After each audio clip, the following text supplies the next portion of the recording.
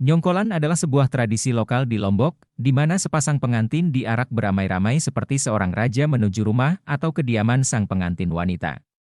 Arak-arakan ini selalu diiringi dan diramaikan dengan beraneka tetabuhan alat musik tradisional dan kesenian khas suku Sasak.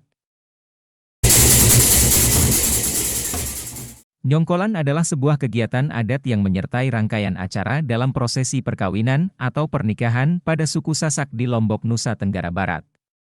Kegiatan ini berupa arak-arakan, kedua mempelai dari rumah mempelai pria ke rumah mempelai wanita, dengan diiringi keluarga dan kerabat mempelai pria, memakai baju adat, serta rombongan musik yang bisa disebut gamelan atau kelompok penabuh rebana, atau disertai gendang belek.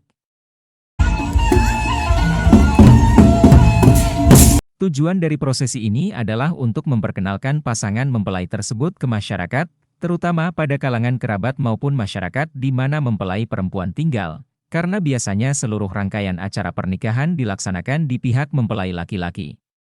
Sebagian peserta dalam prosesi ini biasanya membawa beberapa benda seperti hasil kebun, sayuran maupun buah-buahan yang akan dibagikan pada kerabat dan tetangga mempelai perempuan nantinya.